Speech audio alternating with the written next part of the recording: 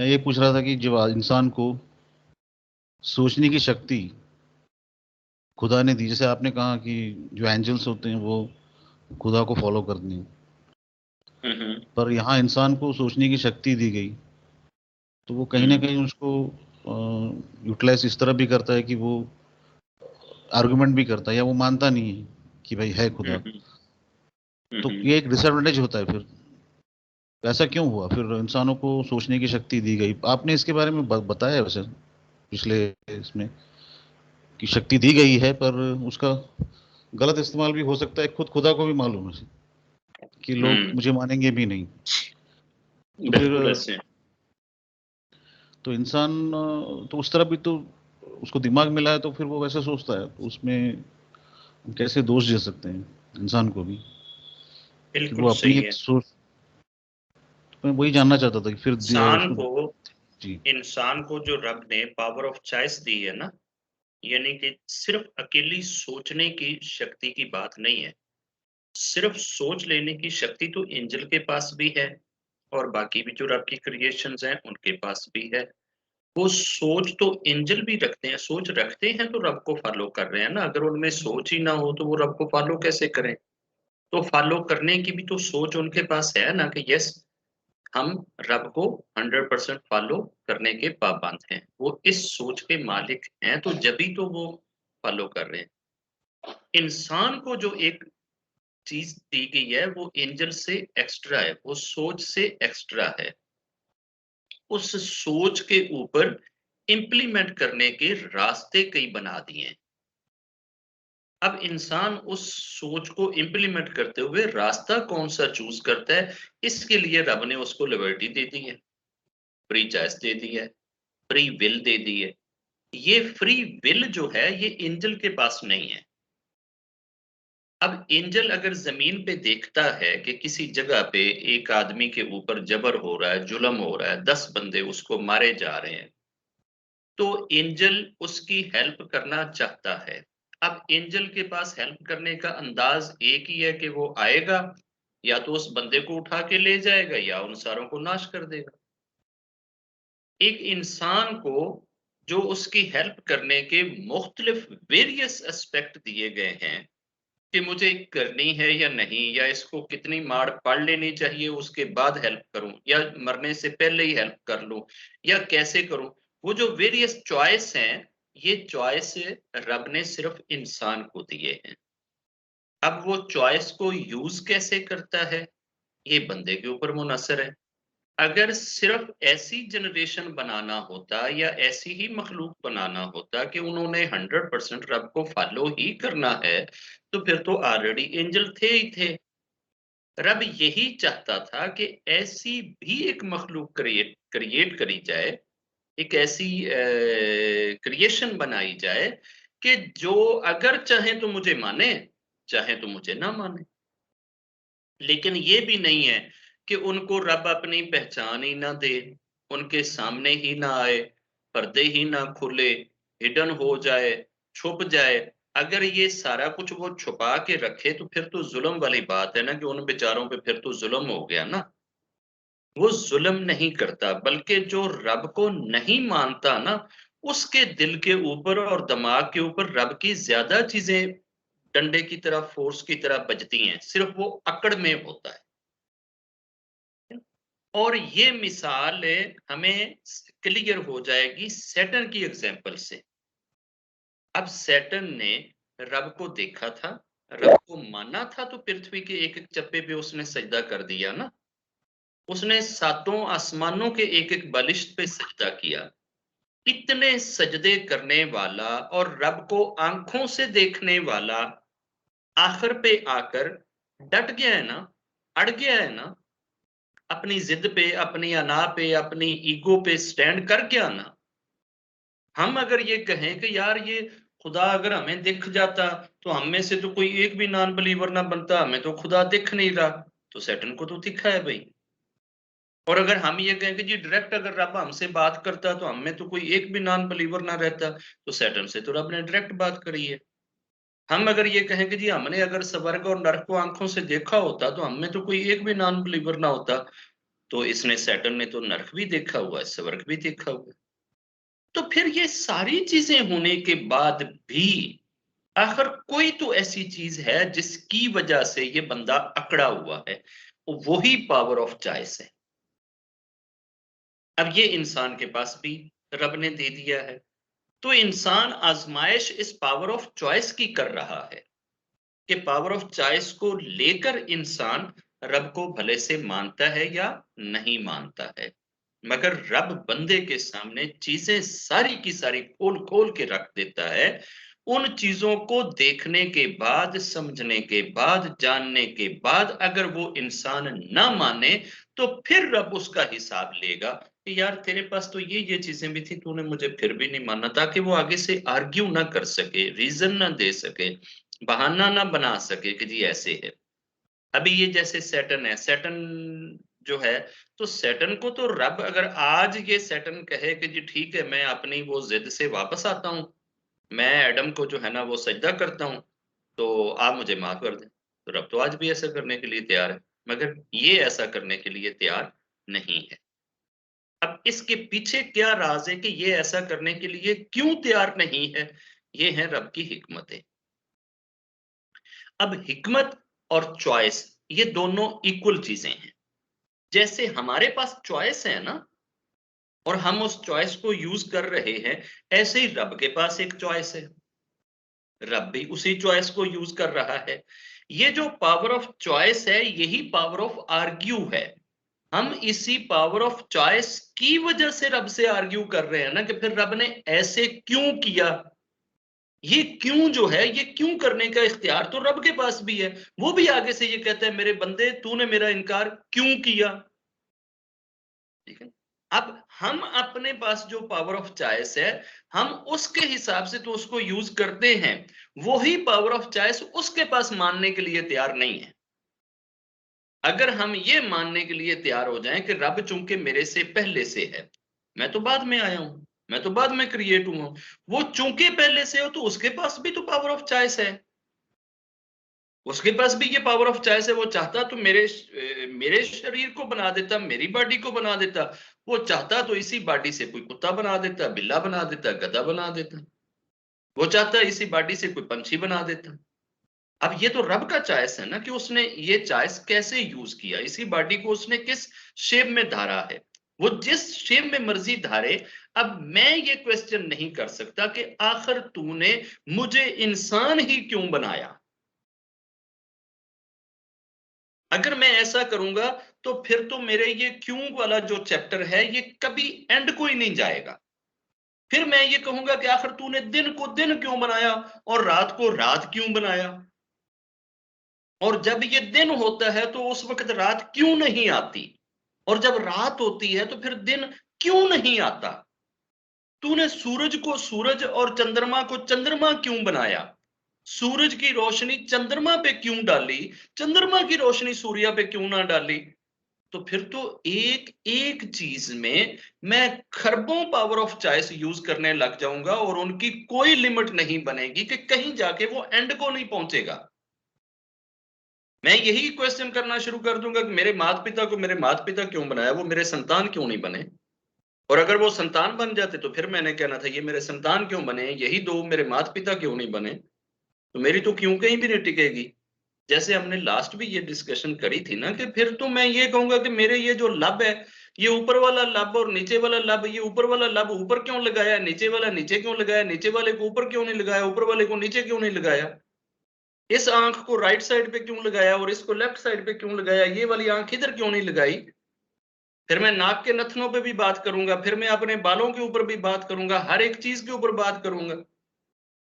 तो ये जो करोड़ों चॉइस रब के हैं, वो रब को अगर आपने बाकी सारे चॉइस रब के आपने चुप करके माने हुए हैं, कभी आपने ये नहीं कहा कि मेरी ये गाल इधर क्यों लगी है, ये इधर क्यों नहीं लगी और इधर वाली इधर क्यों नहीं लगी, इसको चुप करके मान रहे हो।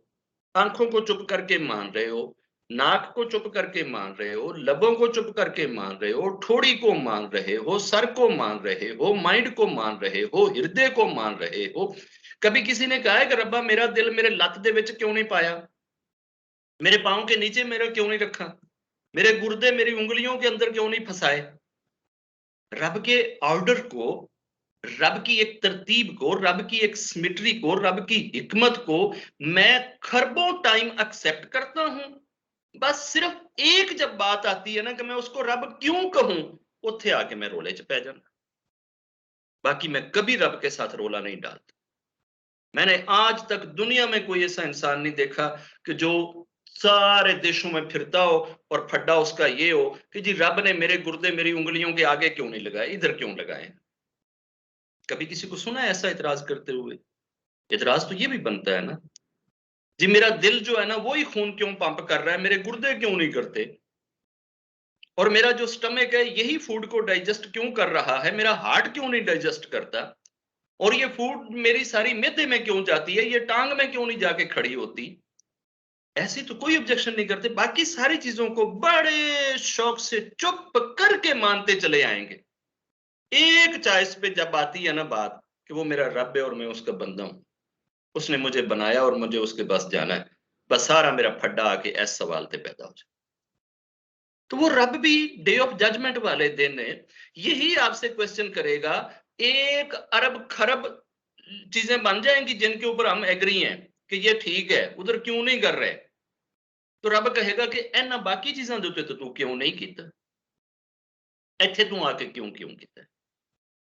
कभी मैंने ये कहा है कि मेरे ये बाजू जो है ये टांगों की जगह पे और टांगे मेरी बाजुओं की जगह पे, इधर मेरी टांगे लगी हुई हों और जिधर मेरे टांगे हैं वहां मेरे बाजू लगे हुए हों, ये तो मैं नहीं कहता कि ऐसे क्यों नहीं किया। जब उसको मानने की बात आती है तो फिर मुझे 70 आर्ग्यू याद आ जाते हैं कि जी नहीं, रब को मैं क्यों मानूं जी, उसने मुझे बनाया है जी, मैं क्यों मानूं उसको, अपनी मर्जी से उसने बनाया है ना, खुद से बनाया है ना। बस जी मैं जिधर हूं मैं ठीक हूं ना जी, मैं नहीं मानता ना जी उसको, आप क्यों मुझे कहते हैं जी रब को मान। यार फिर बाकी चीजों पे भी तो कभी सवाल इंसान को करना चाहिए, वो नहीं हम करते। तो ये जो पावर ऑफ चॉइस इंसान को रब ने दी है, ऐसी पावर ऑफ चॉइस खरबों गुना, खरबों टाइम नहीं, एंडलेस टाइम्स रब के पास है। और वो रब की पावर ऑफ चॉइस पे हमें कोई ऑब्जेक्शन नहीं है। हम में से किसी को इतराज नहीं है कि जी अब मुझे क्यों नहीं पैदा किया, 2021 में क्यों नहीं पैदा किया, मुझे रब ने पहले क्यों पैदा किया। ऐसा कोई इतराज नहीं हम करते कि जनाब कोई किसी जगह पे बैठकर रोना शुरू कर दे, रब से लड़ाइयां शुरू कर दे कि जनाब मैं ते 2021 च जमना सी नहीं बल्कि 2026 च जमना सी, मैनू 5 साल पहले रब ने क्यों जमा दिता है। बड़ा खुश है, बड़ा हैप्पी है, सारी चीजें ठीक है उसके साथ। फड्डा जब भी आएगा रब की जात के साथ, जब भी आएगा रब की जात के साथ, जब भी आएगा रब की जात के साथ, बाकी किसी जात के साथ ये फड्डा नहीं करता है। तो रब भी तो एक पावर ऑफ चॉइस सिर्फ तेरे से पूछता है, बाकी किसी चीज पे रब तेरे से हिसाब नहीं लेता। वो रब के अपने पावर ऑफ चॉइस है। रब कभी तेरे से हिसाब नहीं लेगा कि तेरी ये वाली गाल इधर क्यों थी और ये इधर क्यों थी, इस चीज पे रब नहीं पूछेगा। तेरे नाक का ये नथना राइट पे क्यों था और ये नथना लेफ्ट पे क्यों था, इस पे रब कभी हिसाब नहीं लेगा। ये वाली आंख इधर क्यों थी और ये वाली आंख इधर क्यों थी, इस पे रब हिसाब नहीं लेगा। मेरी ये उंगली इस अंगूठे और बड़ी उंगली के बीच में क्यों थी, इस पे रब हिसाब नहीं लेगा। हिसाब किस चीज का लेगा, सिर्फ एक चीज का, तूने मुझे रब माना था। मेरे पास सिर्फ एक सवाल का जवाब देने का है। मैंने सिर्फ इस सवाल का जवाब देना जिसके लिए मुझे पृथ्वी पे भेजा गया। मैं रब को रब मानूं और रब को रब पूजूं। बाकी वो कभी मेरे से नहीं पूछेगा कि ये वाली उंगली तेरी इस बड़ी उंगली और इस अंगूठे के दरमियान में थी, ठीक है ना, तो इसलिए तू इधर आजा, मैं तुझे नरक में डालता हूँ कि तेरी उंगली ऐसे थी। मैं कहूंगा कि रब्बा ये तो तेरा चॉइस था ना, ये तो तूने किया ना, इसमें मेरा तो कोई नहीं है ना। तो रब अपने खरबों चॉइसेस के ऊपर नहीं पूछेगा, नहीं हिसाब लेगा, एक का उसने हिसाब लेना है। इस पे मुझे अथॉरिटी है कि मैं चाहूं तो उसके उस पावर ऑफ चॉइस को मानूं चाहे चैलेंज कर दूं। इस उंगली को मैं चैलेंज नहीं कर सकता। मैं नहीं आज तक देखा कि इतनी साइंस के डेवलपमेंट के बाद, तरक्की के बाद कोई बंदा जो है वो ये उसने इस चीज में सफल हो गया हो कि उसने अपनी ये वाली उंगली इधर लगवा ली हो और ये वाली उंगली इधर लगवा ली हो। ऐसा नहीं वो करता, ना वो कर सकता है, ठीक है ना? बस एक मानने वाले के ऊपर आके तो फड्डा मैं लगाता हूँ और रब ने भी हिसाब उसी चीज का लेना है।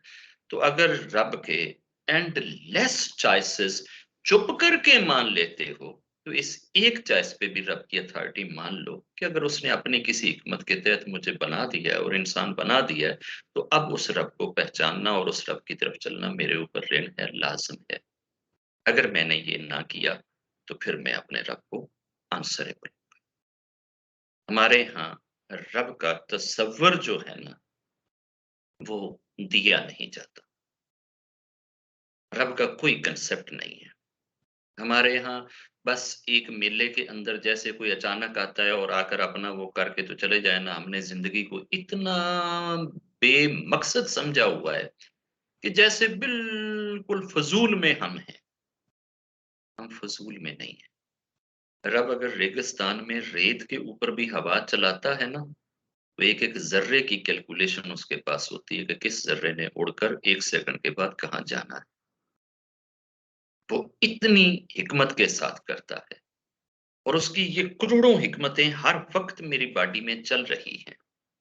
मेरी ये स्किन जो स्मूथ है ना, आप वो देखते हैं ना कि जगह-जगह लोगों के मौके निकल आते हैं।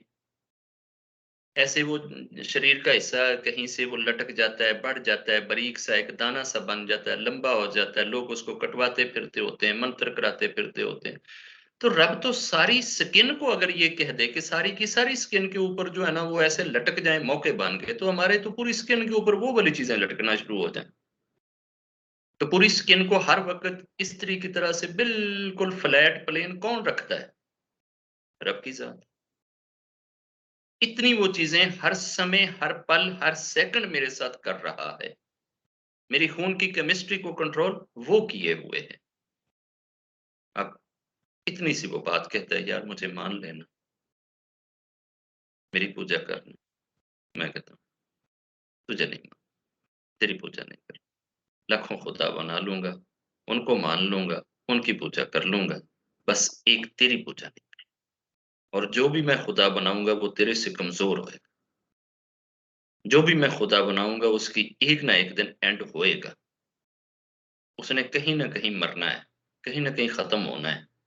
वो मरने वाला, एंड वाला, ख़त्म होने वाला, कमज़ोर, नातवान, वो खुदा स्वीकार है, वो खुदा कबूल है और जो इटर्नल है, हमेशा से है, डिवाइन है, वो खुदा और उसका पावर ऑफ चॉइस वो एक्सेप्ट नहीं है। हम सबको चाहिए कि हम रब को भी वो राइट दे दें, जिस राइट पे हम इतराज़ कर रहे हैं, यही इतराज़ करने का राइट रब के पास भी है और अगर रब अपना राइट यूज़ करता है, तो यार वो बड़ा है, उसको पहले यूज़ कर लेना चाहिए। अगर 2 जगहों पे हमारे पास भी राइट हो, हमारे पिता के पास भी राइट हो, हम अपना राइट यूज़ करें और पिता अपना राइट यूज़ करे और अगर हम अपने पिता के अगेंस्ट यूज़ करें, तो पूरे का पूरा मोहल्ला आके क्या हमें शाबाश देगा, गुड वेल डन यार। तूने जो है ना, तूने बहुत अच्छा किया, अपने पिता के खिलाफ अपना चॉइस यूज़ करा। हर बंदा ही आकर लानत डालेगा कि यार तू कैसा लानती बेटा है, कि तेरे बाप का अगर ये चॉइस था, तो तू अपने बाप के चॉइस को फ़ॉलो कर लेता ना, अपने चॉइस को थोड़ी देर के लिए छोड़ देता ना। तो अगर ये मेरे रब का चॉइस है कि उसने मुझे इंसान बनाया है और मैं उसकी पूजा करूँ, तो मुझे कर लेनी चाहिए ना यार, उस बड़े का चॉइस मान लेना चाहिए।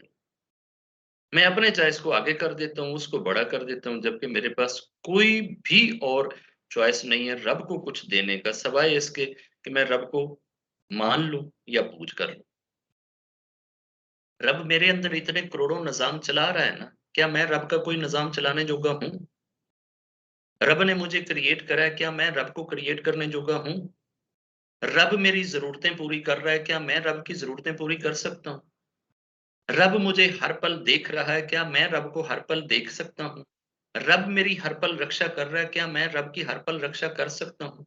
मैं इन रिटर्न रब को कुछ भी नहीं देने जोगा, कुछ भी नहीं करने जोगा, बस एक ही चीज़ मेरे पास आकर बचती है कि मैं उसको रब मान लूँ और उसको पूजना शुरू करूँ, बस। और मैं उस रब का कुछ भी नहीं करने जोगा।